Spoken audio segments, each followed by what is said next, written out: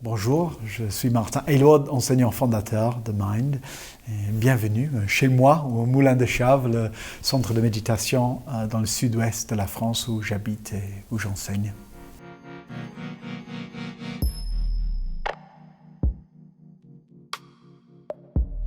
J'ai découvert la méditation par hasard, je dirais. Enfin, je ne savais pas que c'était ça que je cherchais.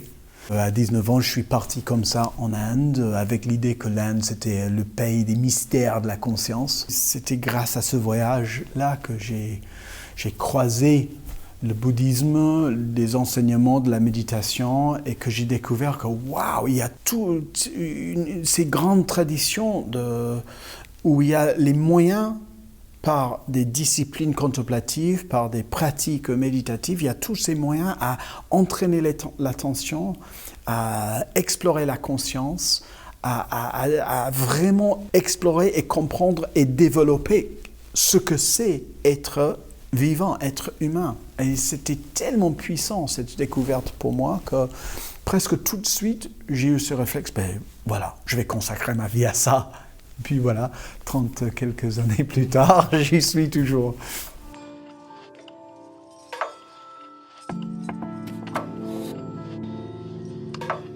Moi, j'ai eu de la chance, surtout dans mes premières années de méditation, d'avoir l'accompagnement des enseignants déjà très expérimentés, des moines bouddhistes qui avaient passé 60 ans dans la jungle, dans le sud de Thaïlande, un ermite méditant hindou avec lequel j'ai passé 3 ans dans son ermitage paumé dans l'Himalaya, un ex-moine qui était lui anglais mais qui avait passé des années en tant que moine dans la tradition de la forêt en Thaïlande. Donc moi j'ai eu de la chance avec tous mes enseignants qu'eux ils avaient une vision assez vaste de la pratique qui allait au-delà de la pratique formelle.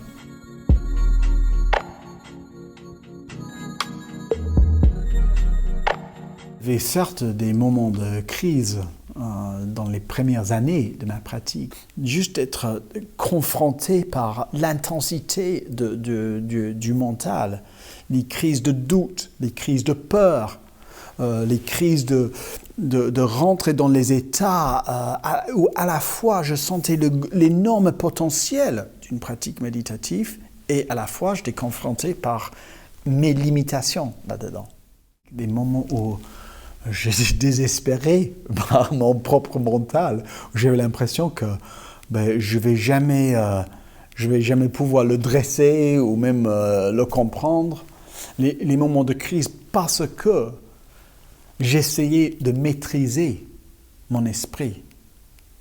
Donc, plein de moments de crise, puis aussi plein de moments clés, des moments d'ouverture, des moments de clarté, des moments d'une certaine prise de conscience transformatrice, etc. Mais, plutôt que mettre l'accent sur les moments de crise ou les moments libérateurs, ce qui était très difficile à voir ou à comprendre au début, mais ce qui se révélait au fil du temps comme la chose la plus clé, si vous voulez. Ce n'est pas ni les moments de crise et de difficulté, ni les moments d'une révélateur, des moments de prise de conscience, mais justement cette capacité d'accueillir tous les moments, toutes les expériences, tous les états. C'est ça qui est le plus précieux.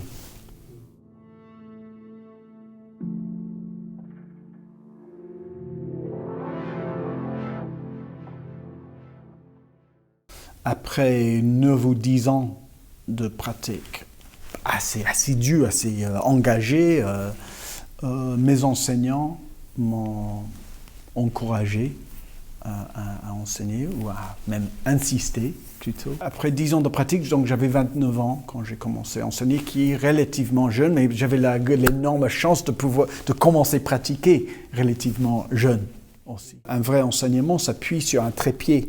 Et les 3 pieds sont l'autorisation dans la tradition. Donc, ce n'est pas qu'on se décide, moi je vais devenir un enseignant. Non, on est invité, encouragé par son propre enseignant. Deuxième pied, c'est l'autorité intérieure. On reconnaît qu'on peut enseigner sans confondre les choses, qu'on peut représenter les enseignements clairement. Et puis le troisième pied du trépied, c'est l'autorité accordée par des élèves. En fait, on n'est pas enseignant si on n'a pas d'élèves. Donc le fait qu'il y a des gens qui estiment qu'on a quelque chose d'utile à offrir, à proposer. Et donc pour moi, ces 3 points du trépied se sont co-créés assez naturellement, fluidement. J'ai participé à une retraite où moi j'étais assistant, si vous voulez, à mon enseignant. Et pendant la retraite, il dit aux gens, si vous avez trouvé utile ce que Martin a dit, invitez-le. Et donc, assez naturellement, les gens commençaient à m'inviter à venir à tel endroit, proposer une demi-journée de pratique, ou une journée, ou un week-end, ou une semaine. Et puis, voilà, ces choses-là prenaient une certaine ampleur. Complètement naturellement, moi, j'avais aucune ambition à devenir enseignant de méditation. Je n'avais même pas pensé.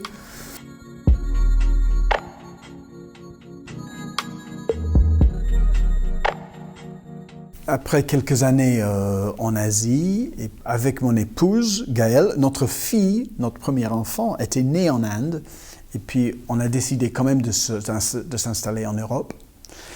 Mais moi, j'avais cette vision un peu sauvage d'une vie de yogi à la montagne, comme on a fait dans l'Himalaya. Et par toute une série de circonstances un peu étranges, on a entendu parler d'un lieu, et puis finalement, on s'est trouvé dans l'Aude, près de Limoux, dans la forêt, où on a découvert une sorte de vieille bergerie abandonnée.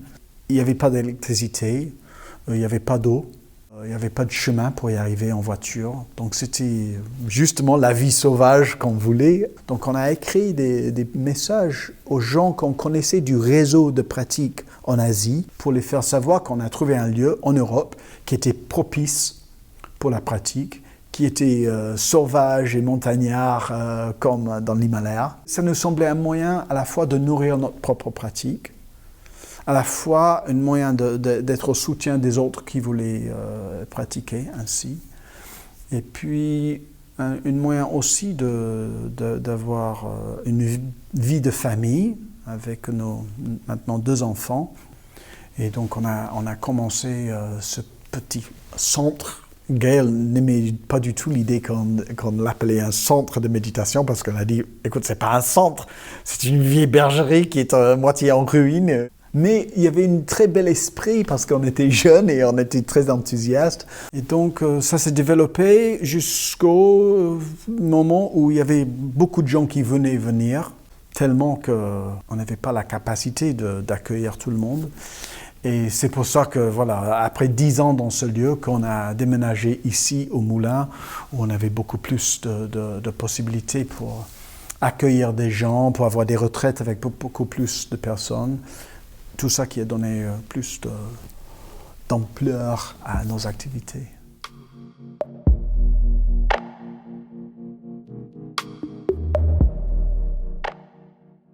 Je crois que pour comprendre la méditation, il faut la voir plus large que juste des techniques.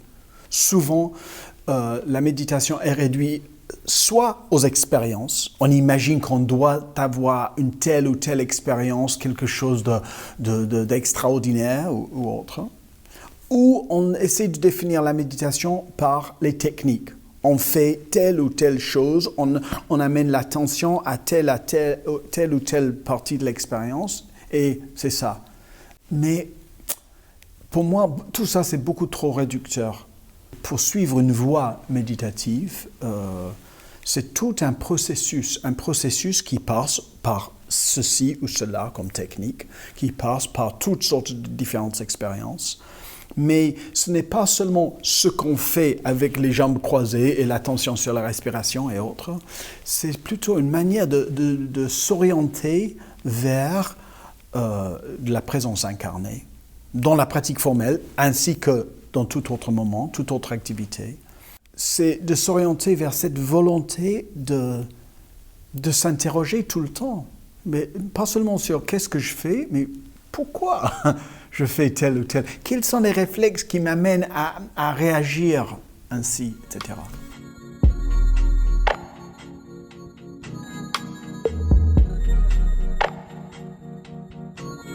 Mais on entend parler beaucoup de l'intégration de la méditation dans la vie quotidienne. Je crois que c'est aussi parce que si on imagine un monastère asiatique, par exemple, on imagine les moines et tout qui sont en mode déconnecté du monde, dans leur monastère, dans leur grotte, dans leur ermitage, en méditation tout le temps. Mais en fait, ce n'est pas comme ça. Si vous allez dans un monastère en Thaïlande, vous allez voir que les gens qui habitent et qui pratiquent dans le monastère sont très impliqués dans la vie quotidienne du village autour. Les mariages se font au monastère, les décès se font au monastère. Et en fait, dans ces contextes-là, la méditation est impliquée, est intégrée dans la vie quotidienne. Et aussi, les moines et tout qui habitent au monastère, ils cohabitent, ils habitent ensemble, il faut qu'ils gèrent leur communication, il faut qu'ils gèrent leurs difficultés interpersonnelles, etc. Et donc, moi j'avais ça comme modèle. Il ne me semblait pas quelque chose d'extraordinaire à intégrer la méditation dans la quotidienne, non. Ce qui est riche quand on vit longtemps avec d'autres personnes, que ce soit dans un monastère, ou que ce soit dans une communauté de pratique, comme ici par exemple, ou que ce soit dans une famille, quand on vit tous les jours avec quelqu'un, on perd les façades sociales. Avec les amis, avec les collègues, on peut maintenir une certaine façade, mais là, ça fond. Et donc là, on voit l'autre nu, et on est vu par l'autre nu.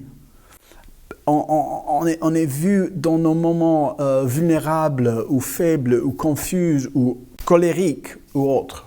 Et ça, c'est très important, parce que si on veut explorer, comprendre et transformer tout ce qu'on est, il faut mettre la lumière de la méditation, la lumière de notre pratique sur tout.